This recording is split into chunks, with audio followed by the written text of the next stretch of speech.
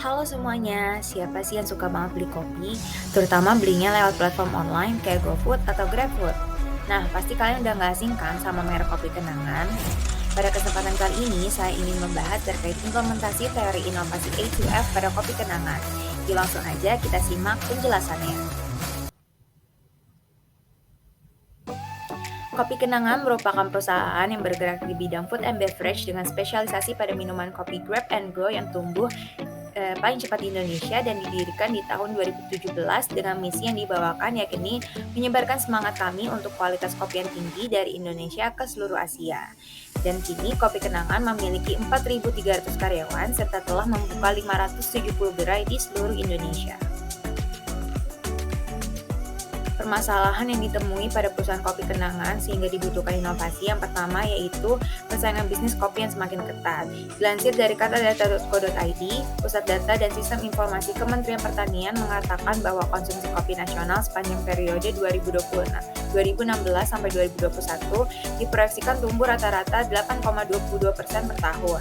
Dengan adanya peningkatan konsumsi tersebut pun marak bermunculan usaha yang datang baik asing maupun lokal seperti Starbucks dan Kopi Tuku dan masih banyak yang lainnya, yang membuat persaingan di industri kopi semakin sengit. Produk yang ditawarkan oleh mereka pun juga memiliki keunggulan dan keunikannya tersendiri yang dapat memikat minat pelanggan.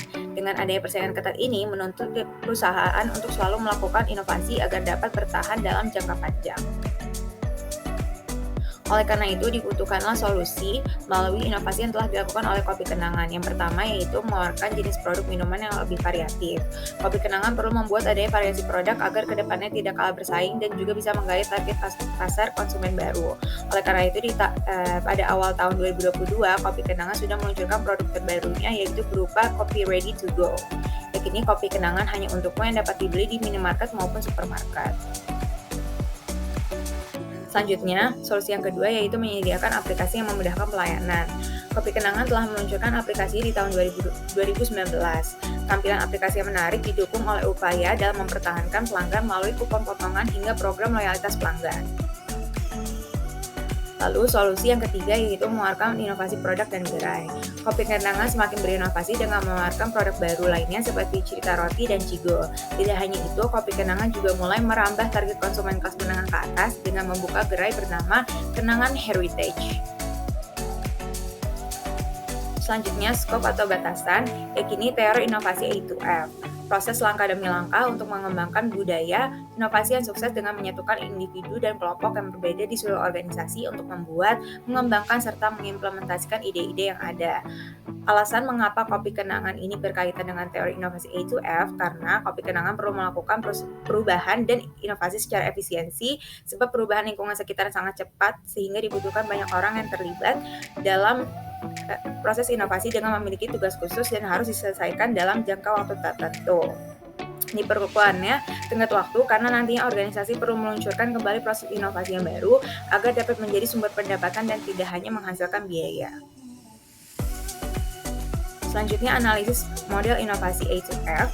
Yang pertama yaitu activators merupakan sebagai pencetus ide inovasi dalam bentuk inovasi produk maupun layanan dengan aktivasi bersifat bottom up. Nah, yang berperan sebagai activators di perusahaan Kopi Kenangan yaitu co-foundernya bernama Edward Tirtanata dan juga James Prananto.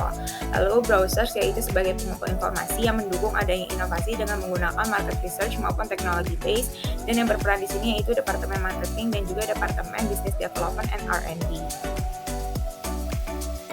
Lalu selanjutnya creators yaitu bertanggung jawab atas ide sehingga dapat dijadikan atau direalisasikan menjadi sebuah inovasi, dan yang berperan di sini yaitu CMO. Lalu developernya yaitu bertanggung jawab dalam merealisasikan ide melalui pengembangan produk ataupun layanan. Dan yang berperan sebagai developer di Kopi Kenangan yaitu IT team, engineering department dan juga business strategy team. Lalu ada eksekutor yaitu pihak yang bertanggung jawab atas implementasi inovasi produk dan layanan yang dilakukan pada berbagai fitur dalam aplikasi Kopi Kenangan. Nah, yang berperan sebagai eksekutor di Kopi Kenangan yaitu CTO atau Chief Technology Officer. Lalu juga ada facilitator yaitu pihak yang memberikan persetujuan pembiayaan dan investasi yang dibutuhkan untuk mendukung proses inovasi. Dan yang berperan di sini yaitu Group Chief Financial Officer. Lalu selanjutnya tantangan dan hambatan yang ditemui oleh Kopi Kenangan dalam implementasi model inovasi, yaitu yang pertama, tantangannya adanya kemungkinan inkonsistensi rasa dan kualitas yang disebabkan kurang meratanya pengelolaan SDM. Oleh karena itu, Kopi Kenangan mendirikan Kenangan Akademi yang menyediakan program pengembangan bagi para baristanya. Lalu hambatan yang ditemui oleh Kopi Kenangan yaitu belum meratanya kemampuan daya beli masyarakat untuk membeli kopi fresh brew.